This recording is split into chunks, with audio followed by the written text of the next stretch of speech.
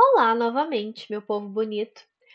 Vamos dar continuidade então aos nossos estudos sobre reatores bioquímicos. O primeiro deles que vamos falar é o reator batelada ou dorna de fermentação. Perfeito?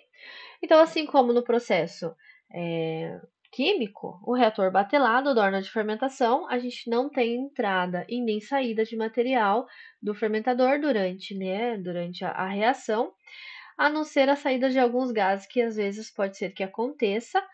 Então a gente tem o quê? A gente tem entrada do nosso inóculo em tempo igual a zero, temos saída de gases, pode entrar também um ar esterilizado, da mesma maneira que a gente conversou anteriormente lá, que entrava ar para as culturas que são aeróbicas, aqui pode entrar também no reator batelada, e temos pH e temperatura constante, perfeito? Mesma ideia de antes. Então, agora, só para ilustrar, a gente vai resolver um exercício de fermentação de glicose a etanol, que é realizado em uma dorna de fermentação, basicamente um reator batelada, e o catalisador vai ser um biocatalisador, que vai ser a Saccharomyces cerevisiae. Dessa forma, é pedido que a gente plote a concentração de células, substrato e produto, e também as velocidades de crescimento em função do tempo. Foi fornecido a concentração inicial de células e também a concentração de substrato. E também dados inerentes ao processo, CP, o N, o I máximo, o M e os fatores da estequiometria, da reação. A história é o seguinte, esse exercício já foi apresentado para vocês lá em cinética, mas a gente só equacionou. Então, hoje aqui em reatores, a gente vai equacionar e a gente vai realmente resolvê-lo, certo? Utilizando o Python. Então, mesma ideia de antes. Amigos, quem tiver com dúvida no equacionamento cinético, da cinética fermentativa, eu sugiro fortemente que assistam às aulas de cinética antes de resolver esse exercício, perfeito? Que aquilo lá é fundamental para que a gente consiga dar continuidade aos nossos estudos aqui em reatores bioquímicos, perfeito? Então, eu vou deixar juntamente com a aula de hoje, os links dessa cinética para quem tiver sentindo necessidade, quem quiser assistir e dar uma relembradinha, perfeito? Então, hoje eu vou colocar aqui já as equações que já foram deduzidas lá na aula de cinética, justo? Então, é o mesmo exercício, porém hoje nós vamos resolvê-lo, né? E vamos plotar os gráficos, e lá em cinética a gente só equacionou, perfeito? Então, vamos? Então, a primeira coisa que vamos fazer, nós vamos escrever sempre o balanço molar, perfeito? Então, aqui, no lugar de escrever as concentrações, né? Concentração do A, do B, do C, do D, e verificar como que ele se comporta ao longo do tempo, ao longo do volume do reator, ou, né? Que a gente vinha fazendo até então. Aqui a gente vai escrever em termos dos componentes que participam da reação de fermentação, perfeito? Então, nós vamos fazer em termos de células, de substrato e de produto, que é exatamente o que o exercício pede. Ele pede como as concentrações desses três camaradas variam ao longo do tempo da reação, perfeito? Então, o que a gente vai fazer? Balanço molar geral do reator batelado, da dorna de fermentação. Então, a gente vai fazer primeiro de células. Então, eu já vou colocar direto a equação aqui. D de C, C, porque é de célula, dt, que é em relação ao tempo, reator batelado. Se eu tenho crescimento de célula, quando vocês relembrarem, a gente tem, né, assim. Então, as principais etapas onde a gente tem células são etapa que as células são formadas, né, fase do crescimento exponencial, RG, e a fase nos quais as células morrem, né? Então, RD. Aqui constante, aqui constante. Então, vai ser RG, fase de crescimento exponencial, menos RD, fase de morte, perfeito? Então, isso daqui é o balanço molar com relação às células, perfeito? E as leis de velocidade das células no reator batelado. Segundo vai ser, então, a concentração de substrato, D de C, dt. A concentração de substrato, ela vai ser uma relação com quem? com a quantidade de células que estão sendo geradas. Se estão sendo geradas mais células, maior vai ser o consumo de substrato. Se eu gero menos célula, menor vai ser o consumo do substrato. Então, basicamente, nessa ideia, a gente tem o quê? Que é consumo do substrato, ele é uma função de quem? Ele é uma função do crescimento celular. Opa, então RG, perfeito? Então, SC. Menos o quê? Eu tenho o substrato também, que é consumido apenas para manter as células vivas. Então, vai ser R de manutenção celular, perfeito? E o balanço do produto segue a mesma ideia, que vai entrar quem? O RP, que vão ser o quê? Quantidade de produtos que estão sendo gerados. Então, aqui eu tenho, então, as minhas três equações diferenciais que eu preciso fazer o quê? Sistema de equações, perfeito? Próximo passo, então, é quem? É a lei de velocidade, perfeito? As leis de velocidade, nós vamos ter que escrever, então, o RG, o RD e o RSM. Lembrando que a fase de crescimento exponencial aqui, ela é marcada por ter uma inibição. É uma reação de fermentação, geração de etanol, e nós temos inibição pelo produto. O próprio etanol que é formado, ele acaba inibindo o crescimento celular, certo? Então, a gente precisa levar em conta que o RG aqui, ele tem inibição, então nós vamos ter o CP asterístico e o Nzinho, certo? Que são fornecidos, que já foram fornecidos pelo exercício. Então, o nosso RG vai ser escrito da seguinte forma. O RD vai ser KD sobre CC, e o RSM da manutenção vai ser o coeficiente de manutenção vezes o CC. E o RP vai ser quem? Y de PC vezes RG, perfeito? Então, a gente tem o quê? Três equações diferenciais, equação 1, 2, 3. Temos a equação do RG, 4, a equação do RD, 5, 6 e 7. Perfeito? Perfeito. Então, como que a gente vai resolver agora? A gente vai para o Python. A primeira coisa que nós vamos fazer, nós vamos importar as bibliotecas. Mesma história de sempre, NumPy, SolveVP, PLT e o ESP, né, do MAF. Então, aqui, mesma história também. Vamos definir a função. Então, nós vamos definir a função como reator bioquímico. E aqui embaixo vou retornar essa função, certo? E dentro dela, eu vou inserir quem? Eu vou primeiro apresentar quem são as variáveis dependentes. Então, olhem lá. Variável dependente, CC, CS e CP, da minha DO. CC, CS e CP. Eles são iguais a F, né? Porque o F que vai estar variando aqui. Inserir todas as minhas constantes. Inserir todas as minhas equações algébricas, de menor complexidade para maior complexidade. Isso quer dizer o quê? Por exemplo, K observado está aqui e dentro do RG eu preciso do K observado. Então, como o K observado está dentro da equação do RG, a equação do K tem que vir antes do RG, certo? Porque o programa está rodando de maneira linear, perfeito?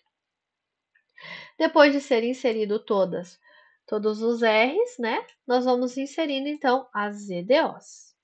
E eu vou pedir para retornar as minhas EDOs na mesma sequência com que eu havia declarado os F's aqui e na mesma sequência com que eu adicionei as equações das minhas EDOs. Perfeito? Peço para retornar, fecho minha função. Próximo passo, eu vou declarar quem são os valores iniciais. Então, o exercício me falou, olha, a concentração celular, ela é de 1, alguma coisa, não lembro a unidade.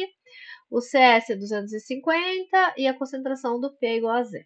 Perfeito? Então, inserir todos os valores iniciais, as concentrações. O meu eixo X do meu gráfico, que vai ser a minha variável independente, eu estou chutando. Então, eu chutei 20. Vocês chutam quanto vocês quiserem, depois depois que rodar o código, vocês vão rearranjando, né? Então, a gente vai fazer, né, o vetorzinho para poder né, fazer os intervalos do eixo X. Então, eu chamei ele de times, vocês podem chamar como vocês quiserem. Utilizei dentro da biblioteca do NumPy a função linspace. Então, eu disse para ele, olha, o primeiro valor do meu eixo X vai ser o que está armazenado no T, estão vendo? Na posição 0, ou seja, esse primeiro valor. E ele vai até o meu eixo X, até o valor de 20, que vai ser o T, que está aqui, armazenado na segunda posição, que é o valor do 20. Lembre-se que o Python não começa o contador no 1, o contador do Python começa no 0, perfeito?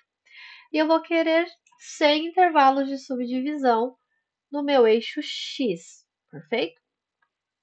Então, eu pedi para ele resolver de fato a minha EDO. Então, a minha matriz solução, que vai ser a matriz onde estará armazenados todos os valores que forem gerados, eu vou utilizar, então, o solve_vp, que eu havia declarado lá em cima, a minha função, o nome da função que vocês escreveram aqui, reator bioquímico, certo? O meu eixo x independente, t, valores iniciais, que eu declarei aqui, e eu vou pedir para ele utilizar teval para avaliar, né, esse solve_vp com esse pequeno vetorzinho aqui que eu gerei, né, que vai ser o que está no eixo X. Manda rodar. Esse erro está dando aqui porque nessa função aqui, dependendo do valor que o código vai gerando do CP, ele pode dar um número complexo, perfeito? Mas ele dá esse erro para avisar isso. Olha, ele pode encontrar um valor inválido nessa potência escalar. Ok. Eu mandei gerar ela depois, eu não encontrei, mas dependendo do chute que vocês derem aqui de valores iniciais e valores de t, isso pode acontecer. Então, esse erro ele tá alertando que pode ser que aconteça isso, mas tudo bem, a gente vai assumir o erro.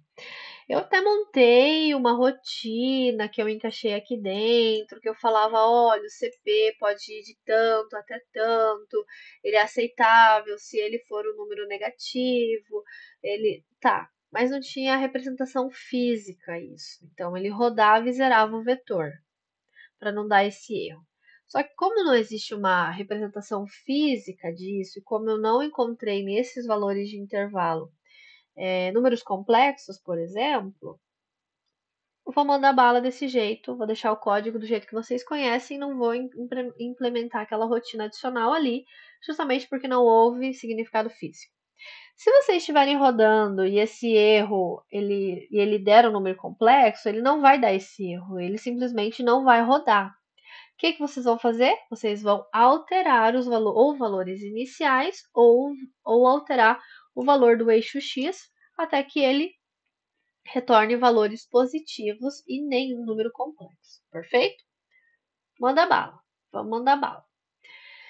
Então, mandei rodar o meu solve_vp, né? Então, ele já resolveu a minha matriz e armazenou na minha matriz solução. Então, essa parte do código aqui, ó, é só para vocês poderem chamar tempo cccSCP e não precisar ficar chamando sol.y, o primeiro valor que está armazenado na primeira coluna da matriz solução, assim por diante. Só por isso, só para ficar mais bonito. Quem não quiser fazer isso, não precisa.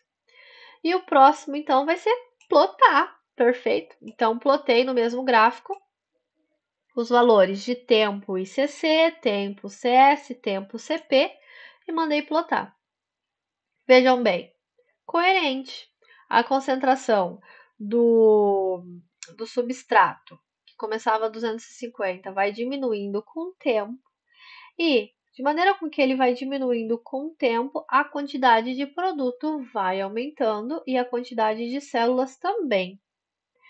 O que a gente consegue observar? Que a partir do momento aqui, ó, lá em 12,5 horas, mais ou menos, a gente tem o quê?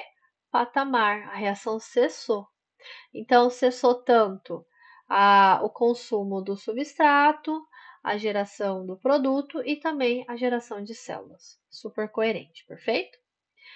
Para que a gente possa escrever as leis de velocidade e também o K observado em função do tempo, mesma história de sempre. A gente vai usar o lay e vai usar o append, perfeito? Então, a gente montou lá, primeira coisa, declarei as matrizes vazias, né? Depois a gente fez um contador de i até o lay, ou seja, até a quantidade de números que foram preenchidos dentro da minha matriz, perfeito? Coloquei todo mundo chamando o que foi resolvido lá em cima, por isso sou de y da posição 1, 2 e 3, coloquei um contador. Então, eu copiei aquela parte do equacionamento algébrico e também das constantes e pedi para ele preencher. Então, o valor do RG, que foi obtido aqui nessa equação, eu gostaria que você preenchesse dentro da matriz do RG maiúsculo que eu havia declarado vazia. Então, vocês vão fazer isso para todos, para o RG, para o RSM, para o RD e para o K observado e mandar plotar todo mundo. Então, aqui a gente tem a equação dos R's, perfeito? Então, a gente tem velocidade RG. Olha, pensem, vejam comigo como isso faz muito sentido. Fase do crescimento exponencial.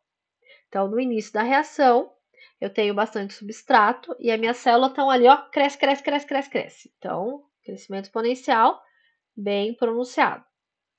Só que daí, por outro lado, eu tenho também quem? Eu tenho o RD, a taxa de morte e a taxa de consumo do meu substrato, certo? De manutenção.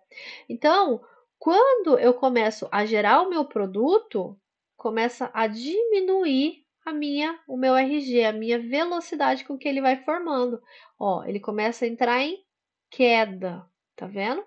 Então, ele vai começar o quê? Ele vai começar a diminuir o consumo do substrato, vai começar a formar o produto, e se ele começa a formar o meu produto, que é o meu etanol, eu tenho a inibição e ele realmente cai, perfeito?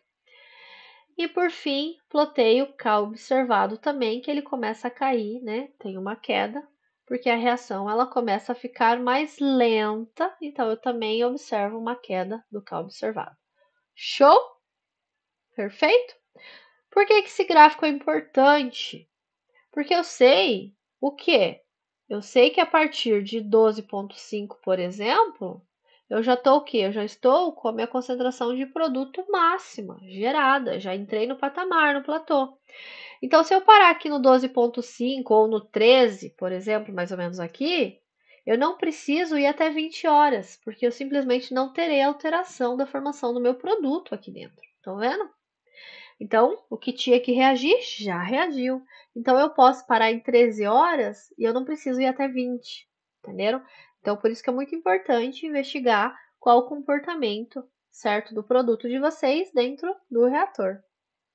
Show? Show de bola!